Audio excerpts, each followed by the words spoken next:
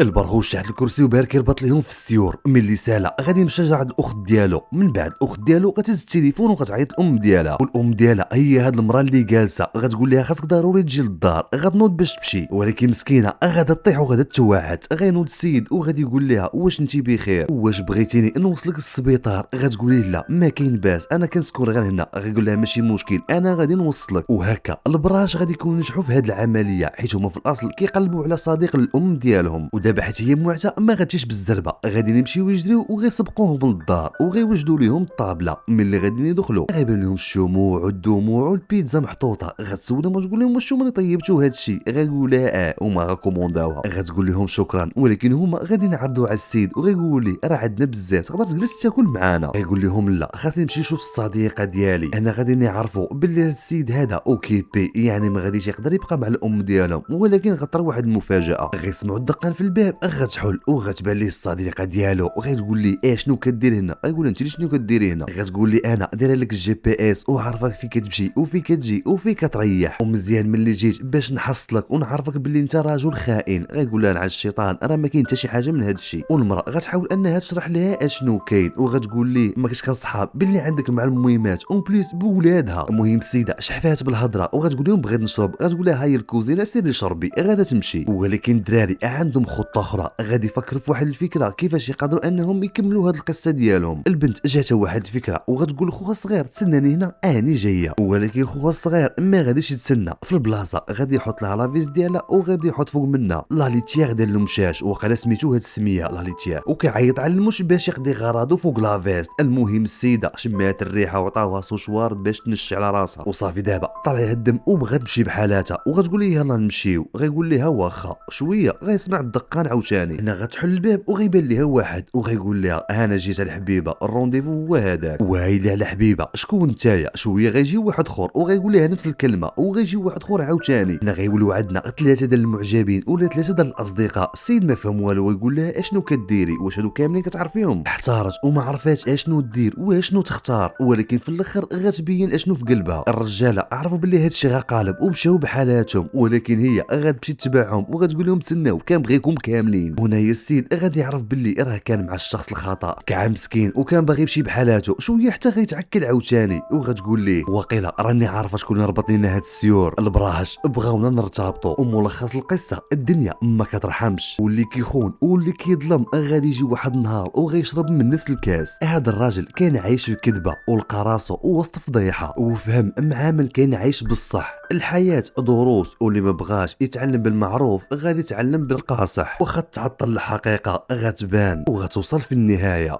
كنتمنى تكون عجبتكم هذه القصه والقصص اللي كنشر لكم على الصفحه. كان معكم خوكم هشام، الى قصه قادمه ان شاء الله.